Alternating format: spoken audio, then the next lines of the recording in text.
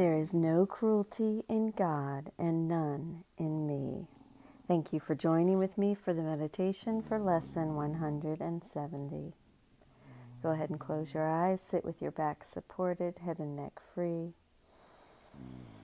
Take in a deep breath in through the nose and out through the mouth. And repeat that 3 or 4 times.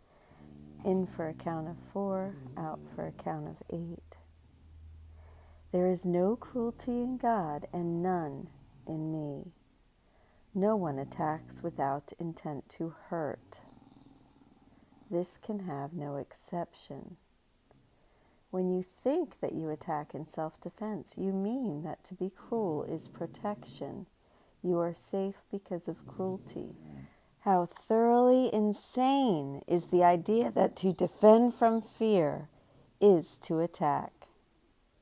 You make what you defend against, and by your own defense against it, it is real and inescapable.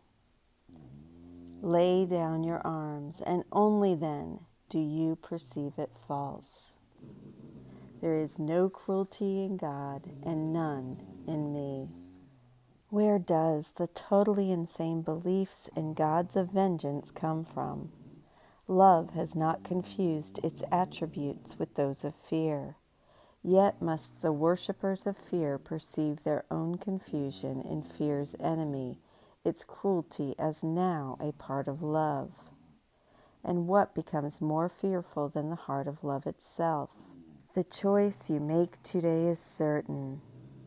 You have reached this place before, but you have chosen that a cruel God remain with you in still another form. And so the fear of God returned with you. This time leave it there, and you return to a new world unburdened by its weight, beheld not in its sightless eyes, but in the vision that your choice restored to you. Your eyes belong to Christ, and He looks through them. Your voice belongs to God and echoes His, and your heart remains at peace forever. You have chosen Him in place of idols, and your attributes given by your Creator are restored to you at last. The call for God is heard and answered. There is no cruelty in God and none in me.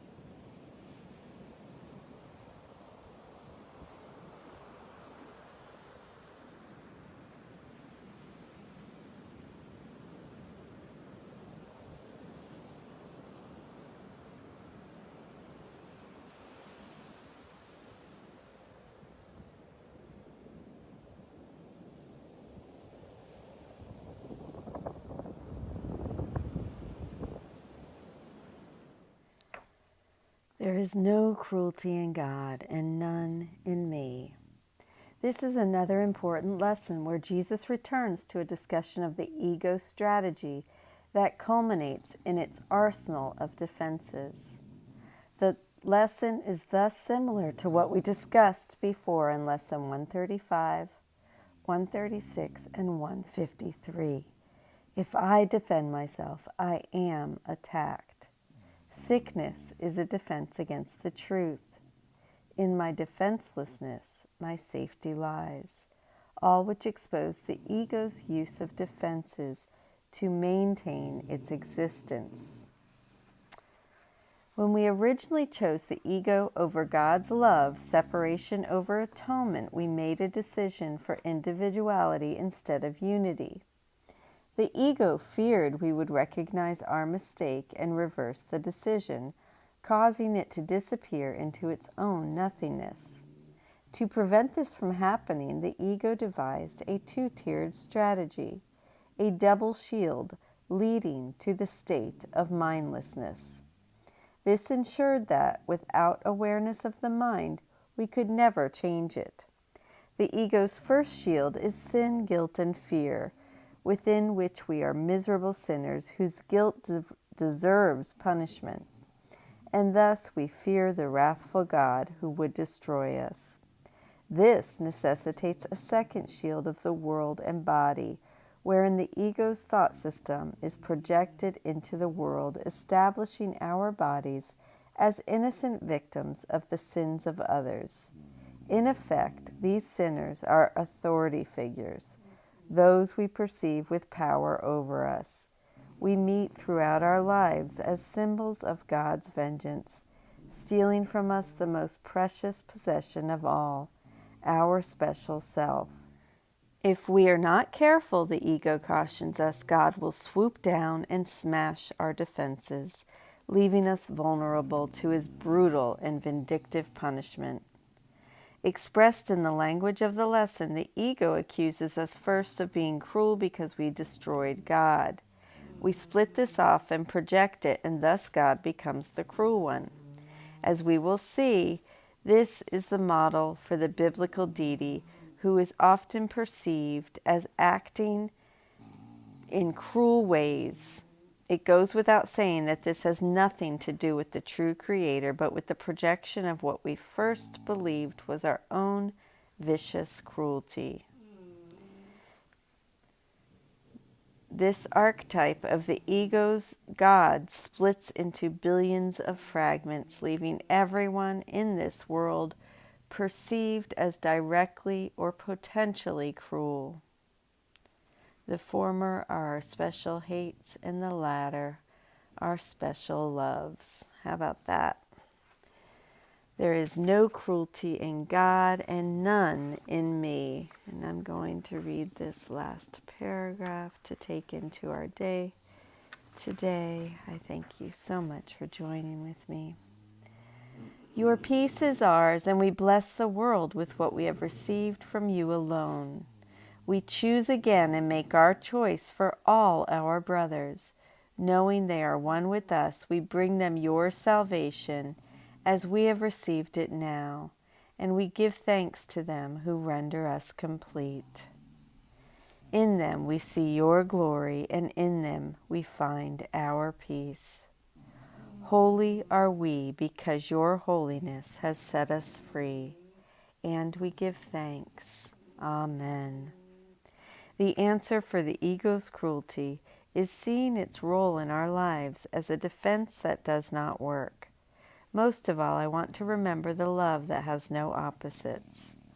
If I am sincere in this desire, God as love and I as its child, I must be willing to see love or the call for love in everyone, for the holiness of God in his Son, because we are one. Amen. I love you. Thank you so much for joining with me. We start a review tomorrow. Have a beautiful day. Thank you.